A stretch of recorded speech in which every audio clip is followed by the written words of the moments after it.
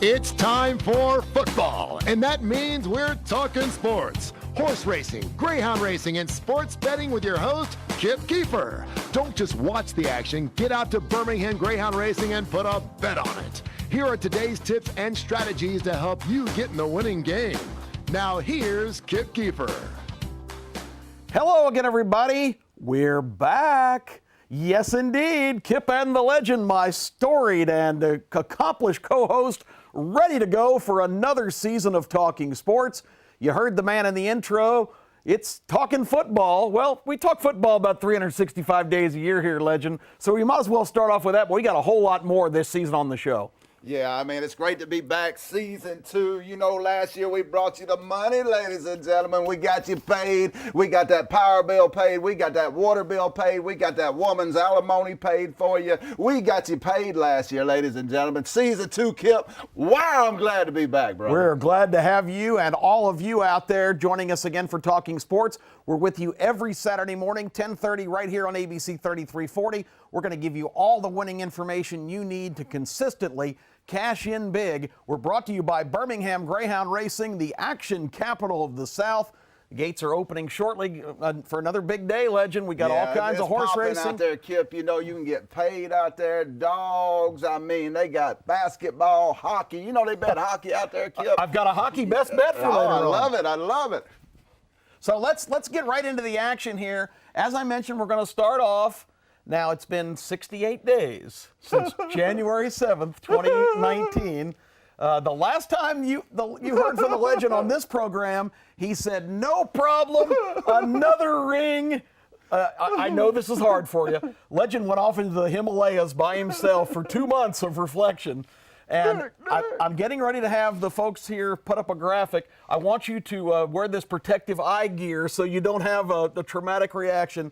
Folks, can we see the result? No! Take it away, Kip. Take it away. Take it away. No. As much explaining as the legend has to do, I thought we'd get him some help. I don't want the legend to have to bear the brunt of all this by himself. So we are honored to have a special guest, and why don't you introduce him, legend? Yes, you know Stephen A. Smith on ESPN. We have our own Stephen Smith. We got the Stephen S. Smith. The real Stephen Smith. Yeah. Stephen M. Smith from Touchdown Alabama Magazine. Going to be a part of the show all year, Kip. Coming live from Tuscaloosa. How you doing, Stephen M.? Doing well in yourself, guys. Well, I was doing good, Stephen. Then the Kip started putting up that Clemson, Alabama stuff. I gave him protective eyewear, Stephen, so it wouldn't affect him too bad. But I thought this was a good opportunity to introduce you because Touchdown Alabama Magazine, it's the ultimate source for information. Yes. If you want inside stuff from the Tide. And Stephen M. Smith is the man. Yes, he is. So you're going to be a sponsor of our show. You're going to be a regular part of it. We're excited to have you. But today, we got some serious business here. I wanted you to join the legend and tell me, in your guys' own words, what the heck happened on January 7th? Go ahead, Stephen M. Confusion happened. Unpreparation just. I mean, Brent Venables happened. Brent Venables had our number. Absolutely. Do you think Alabama was unprepared for that game, Stephen M.? I hate to even say them words. I think so. Just coaches had their minds elsewhere, legend, and players got a bit too cocky in that game. Got a bit too cocky. Now, Kip, do you think Alabama's ready for this season? That's the question I want to know. Stephen M., shed some light on this situation on Talking Sports. Forget about last year. Why we keep talking about history? Stephen M., what about the upcoming Alabama team? You got your finger on the pulse down there. Take a minute and just tell us what the team looks like for the upcoming season. I got one word to say for that, legend: coaches. Nick Saban got the men back. The little boys are gone. The men coaches, the real guys are back. Yeah, and on that subject, important, I want you guys to both weigh in. What about the Sarkisian return to Tuscaloosa?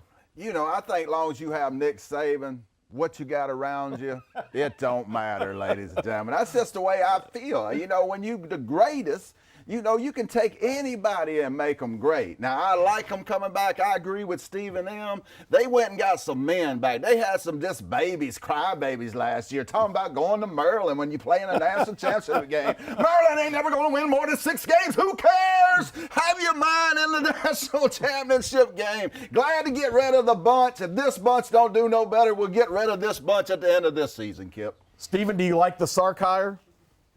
Love the Sark hire. He comes back. He's older. He's wiser. He loves Tua. Let's get rolling. I like Stephen M. He's short and to the point. I like that. Unlike the hosts of this program. All right, I got to ask you, Stephen just mentioned him. We'll start with Stephen here. Stephen, what about Tua? Did not finish the season like he would have liked. Certainly, probably injury problems had a lot to do with that. What do you expect for Tua in 2019? A bounce-back year. He's going to be healthy. First day of practice looked good. And I think he may be slept on, so more motivation. Yep, definitely. Roger, what's your take on Tua? Well, I think Tua was the Michael Jordan of college football up until the point that he got injured last year.